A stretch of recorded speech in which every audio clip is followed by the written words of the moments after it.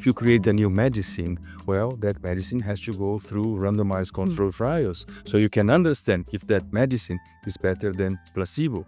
So systems created to support mental health through AI need to go through similar mechanisms. And this is what I mentioned, regulation. So is it useful? Is this positive? What are the side effects?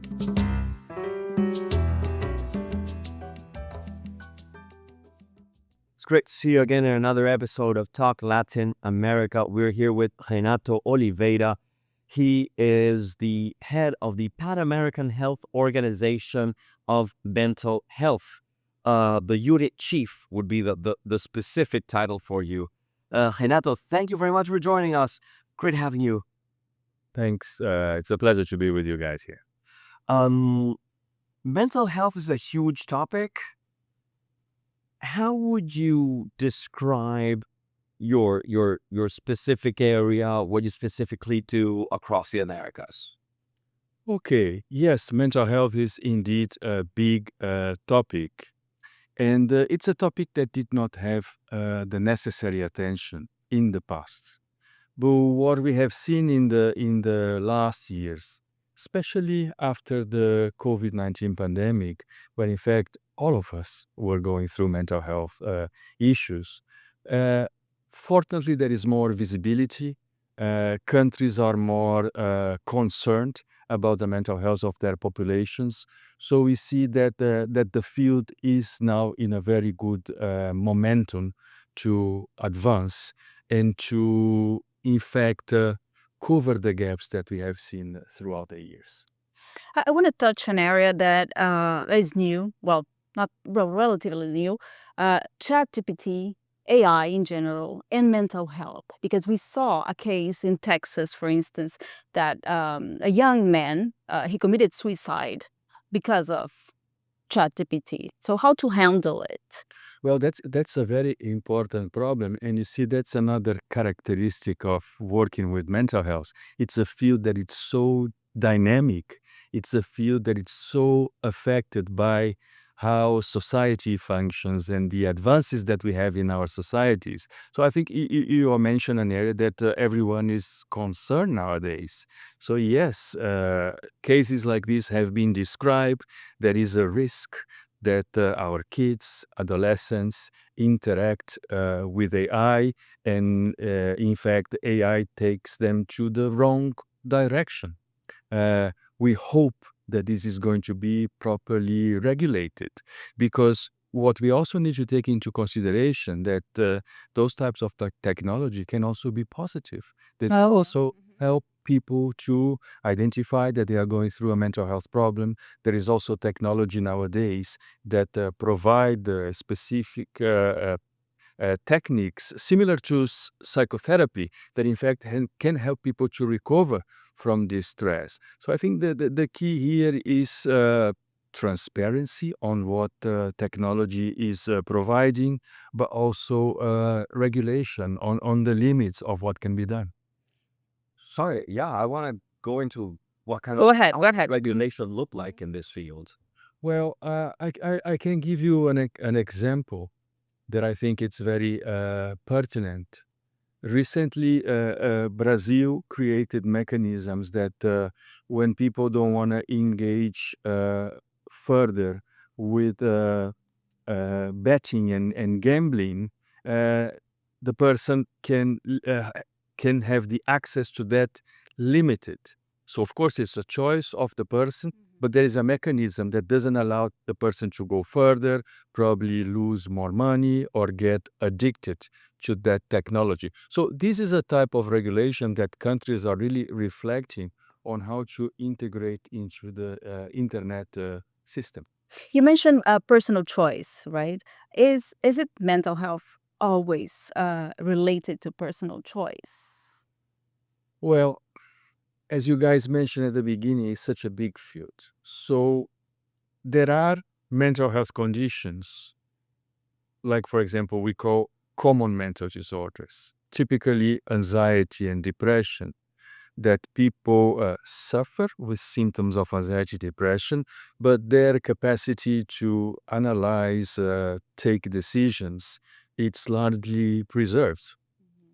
But there are situations, usually the most severe mental disorders, that the person has such a level of symptoms. I can give you an example of a severe depression and suicidal ideas, or a psychosis where the person has the reality distorted. Well, in those situations, the person needs support for situations that the person might to take some decisions about his or her life, and those support mechanisms need to be created. Can AI understand and judge on this? Uh, I think that's a very broad question.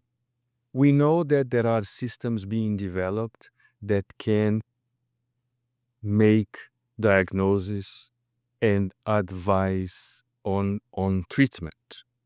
But those systems are now being launched.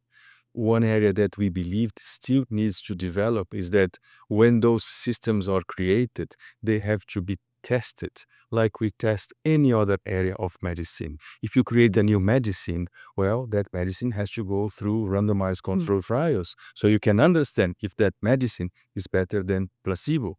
So systems created to support mental health through AI need to go through similar mechanisms. And this is what I mentioned, regulation. So is it useful? Is this positive? What are the side effects? Renato, I want to bring something up. I'm sorry, but I really want to bring something up because these systems that get involved in the mental health of everybody, they're not sold as mental health. They're sold as virtual friends, right? So they don't tell you you're going to the shrink, right? They tell you have a friend. And very much like in real life, sometimes your friend supplies psychological services. That doesn't mean that psychologists aren't necessarily the best friends. But how do you regulate such a big, huge, gray area? Yeah, no, that's an enormous challenge. I think you summarize a challenge that we face that it's probably specific to the area of mental health, because there is that overlap, there is that fine line between being distressed and being depressed.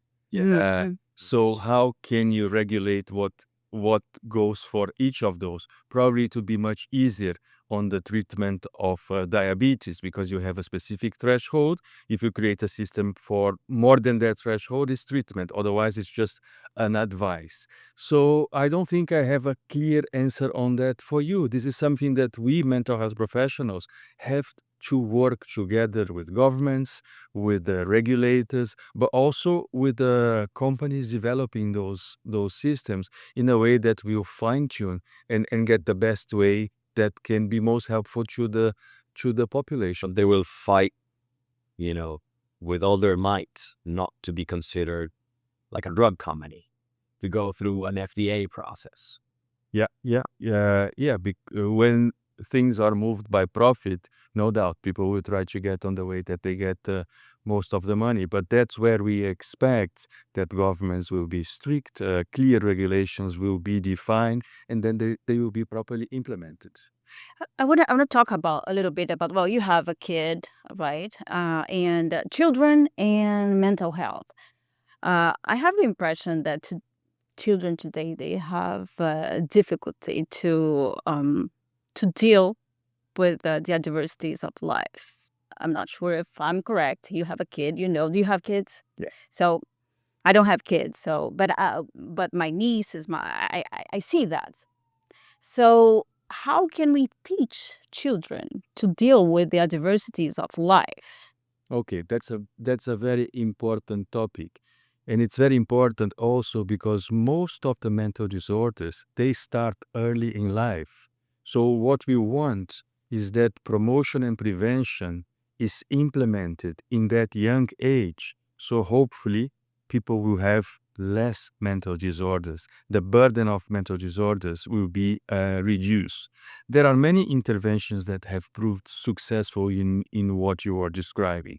And this is basically the integration of mental health into the school environment. So the same way that you have a school curriculum with what your kid has to learn, it's very important that mental health is part of that school curriculum. So things like social skills, assertiveness, how to say no to peer pressure, to this is something that in fact the school environment can promote and can teach kids, and studies show that this has been effective. In fact, if this is well implemented, you can indeed prevent depression, you can prevent anxiety, you can prevent suicide, you can prevent drug abuse. So it's such an impactful intervention that well implemented can in fact work preventing many mental health problems. So we work very strongly helping countries to understand the importance of that, and in fact supporting countries to implement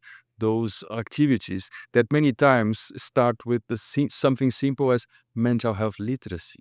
So how can schools teach our kids things that we can also do at home, but they spend most of their times at school? How can they learn when they are feeling something? Okay, they should search for help, or there is something that they can do. So as early as they learn that, as early as teachers learn to also recognize that there is a mental health problem, so action will hopefully prevent a lot of problems in the future. But if you have schools doing that, and at the same time you have social media that we cannot control. I mean, we can control the access that our kids have to social media, but we cannot control what social media shows, right? Well, I think there are many things that we can do as parents. First of all, helping our kids to understand the importance of social interaction and social connection, and how this can be so important for their development and for their lives. But I think it's also our job as parents to have clear rules at home on how much a child can stay on the internet. And on top of that, it's our job as parents to monitor what is going on between the child and the screen, what the child is seeing, with whom the child is interacting, in a way that we can probably guide. I know that it's very difficult to do this. I'm a father myself. But this is something that, as an example, I discuss openly with my son, and I coordinate with my wife the best way to do it. Sometimes it's I can do it, other times she can do it, and insisting with him on, look, those things can really be better for you. And give me 2-3 pointers on the best practices for our kids' mental health.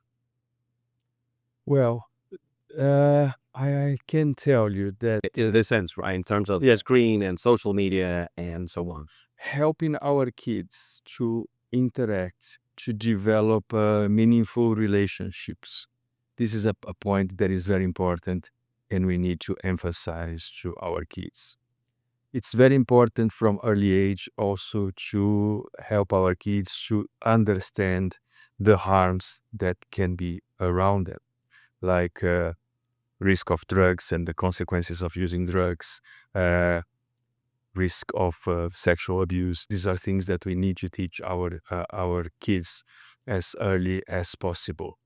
And the third thing that is very important is to allow kids to be kids, like they were in our times, playing, having time to enjoy themselves, connection with parents, and building that bridge that will be fundamental to support our kids if they are in trouble and they might be afraid to share with us. If you are able to connect that bridge, they know that they can trust us, that they can share with us, that there will be no bad consequences if they share, I think is one of the fundamental things. I have been working as a psychiatrist for many years, and I have seen clearly when parents had that connection, the support, the treatment would go very well. But if there is a barrier, you end up not knowing what your son or your daughter is doing. And then this can lead to very bad things. You mentioned something, Renato, about meaningful relationships. I mean, having meaningful relationships is not only for children, but also for us. It's part of not only our mental health, but it is proved that it's good for our physical health. Total health.